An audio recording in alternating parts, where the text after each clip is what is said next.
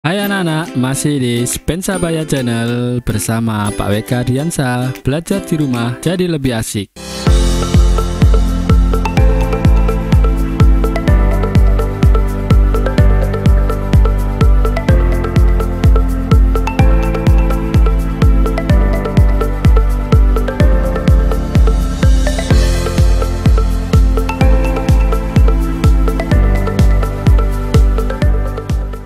Jangan lupa untuk subscribe, like, dan share video-video yang ada di Spensabaya Channel. Pada kesempatan kali ini Pak WK masih membahas tentang materi IPA kelas 9 yaitu bioteknologi. Pada video sebelumnya Pak WK sudah menjelaskan penerapan bioteknologi di bidang pangan. Di video ini Pak WK akan menjelaskan dalam bidang pertanian dan bidang peternakan. Sebagaimana kalian tahu, semakin tahun jumlah penduduk akan semakin meningkat. Sementara lahan untuk bertani dan lahan untuk beternak itu semakin berkurang. Nah, disinilah para ilmuwan berpikir untuk mencari solusi bagaimana jika jumlah penduduk meningkat, kebutuhan pangan terhadap hewani maupun nabati masih tetap terpenuhi. Maka ditemukan suatu solusi yaitu dengan menerapkan bioteknologi. Nah, kira-kira bioteknologi di bidang pertanian seperti apa? Di bidang peternakan seperti apa?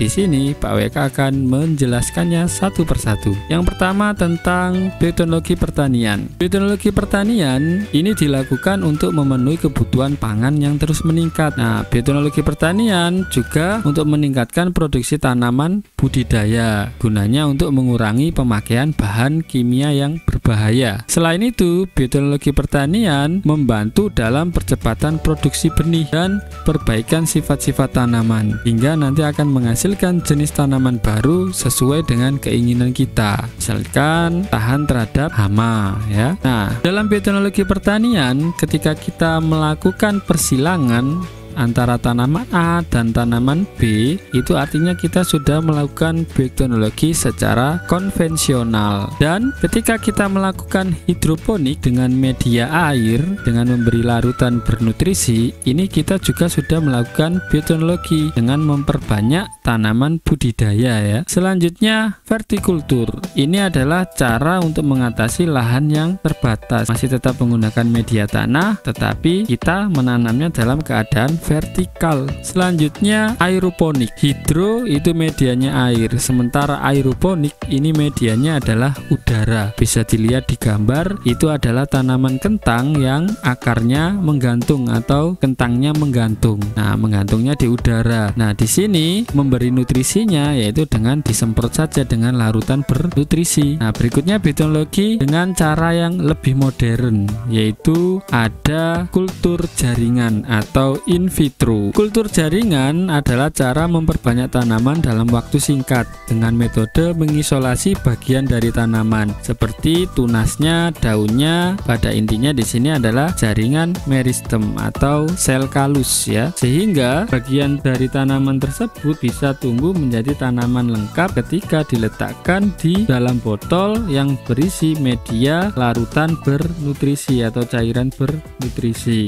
Nah, di sini dikondisikan dalam keadaan aseptik atau steril yang tidak ada kontaminasi dari jamur atau bakteri lainnya ya. Berikutnya ada rekayasa genetik. Selanjutnya ada fusi protoplas. Nah, pada video ini Pak WK akan menjelaskan lebih detail tentang apa itu rekayasa genetik pada bidang pertanian dan fusi protoplas. Yang pertama adalah rekayasa genetik. Dari kalimatnya sudah tahu ya, rekayasa itu artinya memanipulasi. Apanya yang dimanipulasi? Yaitu susunan gen dari suatu organisme, atau kita merekombinasi DNA, yaitu dengan menyisipkan gen dari satu organisme ke organisme lain sehingga nanti kita mendapatkan sifat baru yang kita inginkan. Hasil dari rekayasa genetik ini disebut tanaman transgenik atau GMO, yaitu genetically modified organism. Nah, di sini Pak WK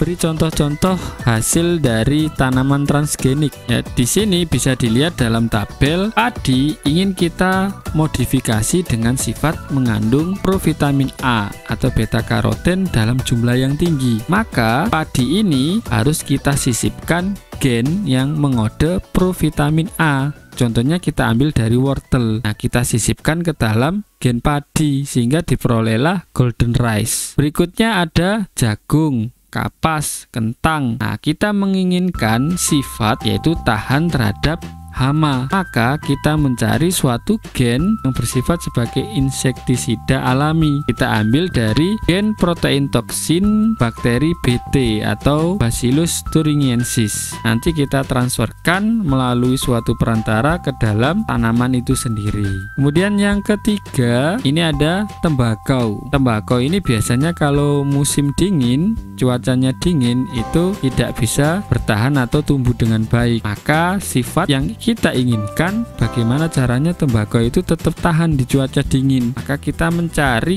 gen yang tahan terhadap cuaca dingin. Kita perolehlah pada tanaman Arabidopsis thaliana atau dari Cyanobacteria anachictis nidulan. Nah, ini nanti dimasukkan ke sel-sel dari tembakau. Nah, bagaimana tahapan dari rekayasa genetik? Di sini Pak WK kasih contoh pada jenis tanaman jagung yang resisten terhadap hama.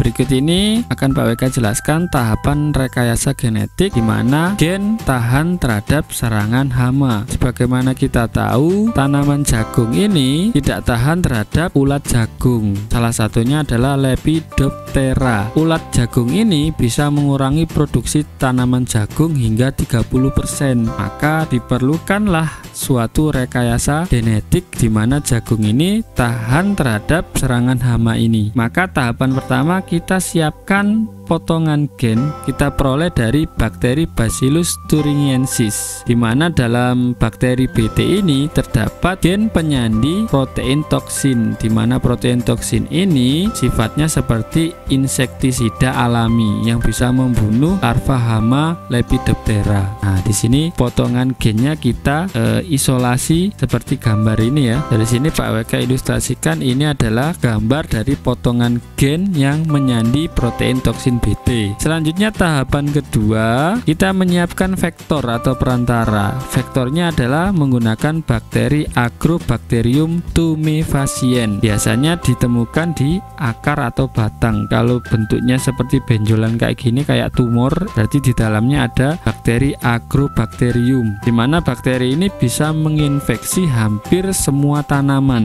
ya, sehingga ini cocok untuk perantara. Kenapa menggunakan sel bakteri? Karena bakteri ini merupakan prokariotik, di mana tidak memiliki dinding sel. Ini kelihatan, kromosomnya kelihatan, dan ini DNA-nya kelihatan. Jadi bakteri ini punya DNA khusus yang bentuknya melingkar. Kita sebut sebagai sirkuler atau plasmid TI. Nah, plasmid TI ini kita manfaatkan sebagai vektor. Caranya, kita menyisipkan gen penyandi protein toksin BT ya. Sebelum kita sisipkan, kita potong dulu plasmid TI-nya menggunakan enzim retriksi endonuklease. Setelah kita potong, kita sisipkan. Setelah kita potong, kita sisipkan gen pengode toksin BT ya. Kita gabungkan dengan enzim ligase, enzim penggabung. Setelah tergabung, disisipkan. Ini kita sebut sebagai DNA rekombinan. Nah, DNA rekombinan ini kita transformasikan lagi, kita masukkan lagi ke sel bakteri dari Agrobacterium. Nah, sel bakterinya ini kita sebut bakteri rekombinan karena memiliki gen pengode toksin BT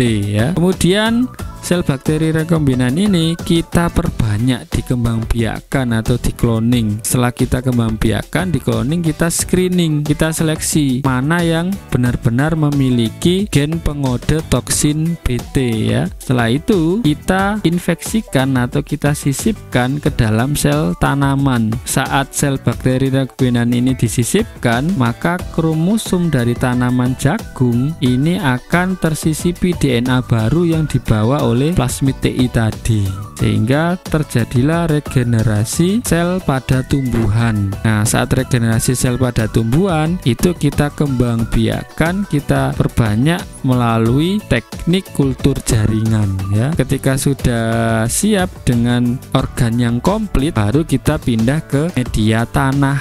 Nah, hasilnya ini kita sebut sebagai tanaman transgenik. Berikutnya tentang fungsi protoplas. Fusi protoplas merupakan teknik hibridisasi ya, persilangan antar spesies dengan menggabungkan dua atau lebih protoplas. Nah, protoplas itu apa? Protoplas adalah sel kalus yang kita kupas atau diurai bagian dinding selnya ya. Dinding sel itu cukup tebal ya, diselimuti oleh selulasa, maka perlu kita urai dengan enzim selulase. Nah, sel kalus itu apa? Sel kalus adalah sel yang menutupi luka pada tanaman. Jadi ketika tanaman itu terluka, maka sel kalus ini bisa berdiferensi menjadi batang ya. Jadi kalau yang terluka batang, bisa sel kalusnya berubah menjadi batang ya. Yang terluka tunas bisa berubah menjadi tunas atau akar atau seluruh organ pada tanaman. Nah, ini juga fusi protoplas bisa kita sebut juga dengan istilah hibridisasi somatik, karena ini adalah persilangan antar spesies menggunakan sel somatisnya, sel tubuh,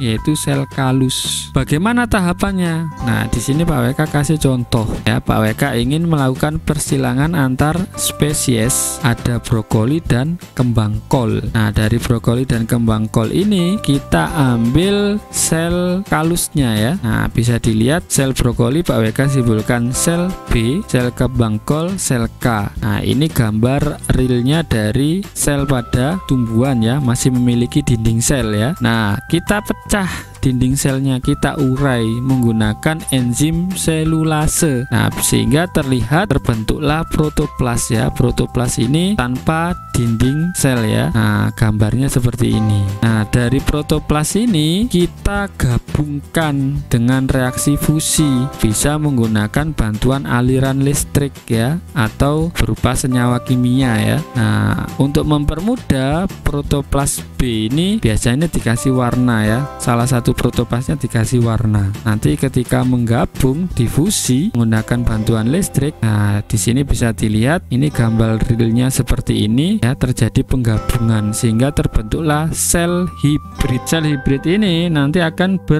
regenerasi ya, membentuk dinding selnya lagi ya, kemudian sel-selnya ini akan berkumpul ya, kemudian sel-selnya ini akan membelah menjadi banyak, membentuk jaringan. Nah, setelah membentuk jaringan, maka tumbuhlah organ-organ batang, tunas, akar ya pada tumbuhan, sehingga membentuk individu baru yang kita sebut dengan brokoflower ya. Ini adalah hasil dari fusi protoplas brokoli dan kembang kol. Bagaimana? Udah jelas ya rekayasa genetik pada pertanian dan fusi protoplas. Nah, ini sama seperti kawin silang pada hewan ya. Harimau disilangkan dengan singa ya. Ini sama konsepnya fusi protoplas ya. Tapi harimau dengan singa ini termasuk hibridasinya seksual ya, karena menggunakan sel kelamin. Sementara ini menggunakan sel somatik atau sel kalus. Oke, Pak WK lanjut sekarang ke bioteknologi peternakan. Dalam bioteknologi peternakan ini ada beberapa fungsi. Tentunya tadi untuk meningkatkan produksi hewan ternak, bisa susunya, dagingnya, telurnya, atau lain-lain. Kemudian menghasilkan individu dengan sifat yang baru, misalkan tahan terhadap penyakit. Nah, tidak hanya fokus pada hewannya, bisa juga pada pakan ternak atau ditemukan vaksin untuk mengatasi penyakit-penyakit pada hewan ternak. Nah, contoh dari bioteknologi peternakan yang pertama Pak WK jelaskan adalah dengan teknik inseminasi buatan atau kawin suntik, di mana teknik ini memasukkan semen atau sperma dari sapi jantan unggul ya, yang tentunya diproses dengan cara tertentu, lalu dimasukkan ke dalam kelamin sapi betina menggunakan suatu alat namanya insemination gun ya. Berikutnya ada teknik hibridisasi atau kawin silang ya. Di sini misalkan harimau jantan disilangkan dengan singa betina, namanya tigon ya. Ini namanya teknik hibridisasi ya, seksual ini ya, menggunakan sel kelamin. Selanjutnya ada transfer embrio atau disebut juga multiple ovulation and embryo transfer atau MOET. Dari katanya udah ketahuan transfer embrio berarti memindahkan embrio, maka tahapannya kita ambil pejantan unggul dari Belgian Blue bisa dilihat. Kita ambil spermanya, kemudian kita ambil juga betina yang unggul ya. Kita ambil sel telurnya. Kita lakukan fertilisasi di luar tubuh ya, namanya in vitro, sampai terbentuk embrio ya. Begitu terbentuk embrio ini kita transferkan ke resipien. Resipien ini adalah pembinaan embrio ke induk titipan. Jadi bukan berarti menggunakan induk yang unggul. Jadi kita bisa menggunakan induk yang biasa saja ya, tidak unggul tidak masalah. Yang penting di sini embrionya adalah hasil dari fertilisasi pejantan dan betina yang unggul. Nah, ini namanya transfer embrio ya. Kalau di Indonesia, badan yang mengembangkan tentang Balai Embrio Transfer ini dari Cipelang, Bogor ya. Jadi ketika ingin beli bibit-bibit unggul ya, bisa membeli di BET Cipelang ya. Oke, selanjutnya ada teknologi peternakan dengan cara transplantasi nukleus atau kita kenal dengan istilah cloning. Ini adalah proses pembentukan suatu individu yang identik secara genetik melalui proses pemisahan embrio atau penggantian inti sel. Tahapan pertama, kita siapkan sel somatik atau sel tubuh, kita ambil dari domba A ya, betina ya. Berikutnya kita siapkan domba B, kita ambil sel telurnya. Nah, di domba A ini sel tubuh kita keluarkan DNA-nya ya. Sementara sel telurnya, inti selnya ini kita buang ya, kita hilangkan sehingga tertinggal badan selnya saja. Nah, dari domba A kita memperoleh DNA, dari domba B kita memperoleh badan selnya. Lalu kita gabungkan dengan reaksi fusi ya, digabungkan dengan bantuan aliran listrik sehingga diperoleh suatu sel secara utuh. Nah, kemudian sel secara utuh ini ya akan membentuk suatu embrio ya. Nah, embrionya ini kita tanamkan ke dalam rahim induk pengganti ya. Ini domba ketiga atau domba C. Nah, domba C ini akhirnya mengandung dan melahirkan, dan anakannya ini benar-benar identik dengan domba A, karena domba A ini yang kita ambil adalah DNA-nya ya. Jadi hasil dari cloning ini mirip dengan domba yang A, identik sekali ya secara genetik. Berikutnya, bioteknologi peternakan dengan cara rekayasa genetik atau DNA rekombinan. Tadi ada rekayasa genetik di bidang pertanian, kali ini secara peternakan ya. Pak WK kasih contoh terlebih dahulu ya. Di sini Pak WK punya sapi. Pak WK menginginkan ya sapi tersebut bisa meningkatkan produksi susunya. Maka Pak WK ingin memodifikasinya dengan cara memanfaatkan hormon BST atau bovine somatotropin, di mana hormon ini bisa memicu pertumbuhan dan meningkatkan produksi susu. Dilakukanlah rekayasa genetik. Caranya yang pertama, kita menyiapkan gen yang kita inginkan, yaitu gen yang mengode hormon somatotropin. Ya, kita isolasi dari sel sapi karena hormon ini ada di sel sapi itu sendiri ya. Selanjutnya kita siapkan vektor atau perantara, kita menggunakan bakteri E. coli. Kita ambil plasmidnya, setelah itu kita potong bagian plasmidnya menggunakan enzim retriksi endonukleasa. Selanjutnya kita gabung ya, kita sisipkan antara plasmid yang sudah terpotong dengan gen somatotropin ini menggunakan enzim ligase. Nah, terbentuklah DNA rekombinan. Setelah terbentuk DNA rekombinan, kita masukkan lagi, kita transferkan lagi ke bakteri E. coli ya, sehingga bakteri ini kita sebut bakteri rekombinan. Nah, bakteri rekombinan ini kita kembang biakkan dengan cara ditumbuhkan dalam tangki fermentasi ya. Nah, selanjutnya setelah berkembang banyak bakteri E. coli-nya yang memiliki kode genetik gen somatotropi, kita ekstrak, kita murnikan. Nah, ini namanya kita panen hormonnya sehingga diperolehlah hormon bovine somatotropi. Nah, hormon inilah nanti kita suntikan ke sapi perah ya, sehingga diperolehlah hasil yang cukup signifikan, yaitu produksi susunya meningkat 8-21%.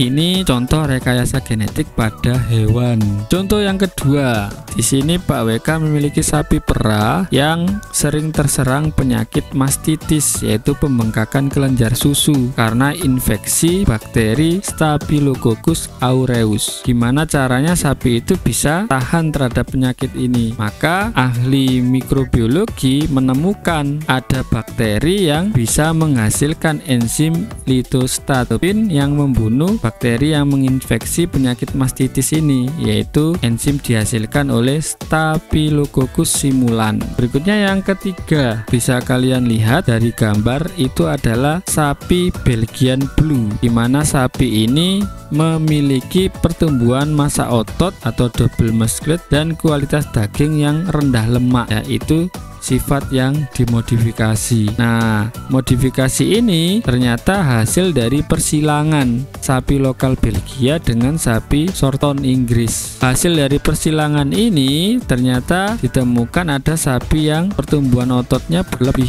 karena mengalami mutasi gen myostatin, di mana gen myostatin ini yang biasanya menghambat pertumbuhan otot. Tetapi karena keberadaan dari gen myostatin ini tidak ada atau berkurang karena mutasi ya, mengakibatkan pertumbuhan massa ototnya tidak terkontrol ya. Nah, cara memperoleh sapi berotot ini yaitu dengan mempertahankan gen yang sudah bermutasi itu ya, kita silangkan lebih lanjut sehingga diperolehlah galur murninya ya. Galur murni itu benar-benar sapi yang sudah memiliki mutasi gen myostatisnya secara murni ya. Jadi contoh-contoh yang bisa Pak WK berikan hanya 3 saja ya, meskipun di luar sana banyak sekali jenis-jenis hasil dari bioteknologi peternakan dan pertanian. Nah, dengan adanya bioteknologi di bidang pertanian dan peternakan itu akan menimbulkan beberapa dampak positif maupun negatif. Dampak positif yang bisa kita ambil di sini dengan adanya bioteknologi ini bisa menciptakan tanaman atau hewan transgenik yang unggul ya. Selanjutnya meningkatkan hasil panen. Jadi dengan adanya bioteknologi hasil panen baik itu tanaman atau hewan itu bisa berlimpah dengan kualitas yang sangat baik. Kemudian beberapa jenis tanaman atau hewan dapat tahan terhadap penyakit kayak tadi ya, tahan terhadap ulat jagung ya, sapinya tahan terhadap penyakit mastitis atau pembengkakan kelenjar susu. Nah, dengan adanya biotek itu juga bisa meningkatkan kandungan gizi baik pada tanaman maupun kandungan pada hewan ya, bisa dari proteinnya semakin tinggi. Selanjutnya dampak negatif. Yang pertama adalah polusi gen, yaitu pencemaran materi pembawa sifat asli makhluk hidup atau plasma nutfa ya. Jadi ini sangat bahaya jika tanaman transgenik ini ditanam di lahan alami. Nah, ketika ditanam di lahan alami ada serangga yang melakukan penyerbukan, akan dihasilkan persilangan antara gen transgenik dan gen dari tanaman alami. Nah, ini akan menurunkan keanekaragaman hayati karena tanaman aslinya makin lama bisa hilang atau punah. Yang kedua, mengganggu ekosistem ya. Jadi ada beberapa hewan yang bukan targetnya malah ikut mati. Kayak tadi gen toksin BT ya, membunuh ulat jagung tadi. Tapi bisa juga mempengaruhi hewan lain ya. Kemudian munculnya hama super yang tahan terhadap tanaman transgenik ya. Jadi ketika tanaman ini sudah direkayasa genetik tahan terhadap hama, nah ternyata hama itu bisa mengalami mutasi sehingga memunculkan hama super ya. Sama juga dengan sapi yang terkena penyakit mastitis tadi ya, itu bisa mengakibatkan munculnya penyakit yang lebih super lagi ya. Berikutnya munculnya penyakit atau kelainan baru ya, ini di manusianya ya, karena tanaman dan hewan itu hasil dari kombinasi gen, ditakutkannya mempengaruhi kesehatan manusia yang mengkonsumsinya. Dan yang terakhir, petani atau peternak lokal dengan modal sedikit akan kalah bersaing ya. Jadi kalau tidak punya modal maka dia tidak bisa melakukan mengembangbiakan hewan-hewan unggul ya, atau tanaman-tanaman unggul. Oke, jadi hari ini di video ini cukup di pertanian dan peternakan. Pada video berikutnya Pak WK akan menjelaskan bioteknologi di bidang kesehatan dan di bidang lingkungan ya. Oke, jadi Pak WK akhiri ya video kali ini, semoga bermanfaat. Wassalamualaikum warahmatullahi wabarakatuh.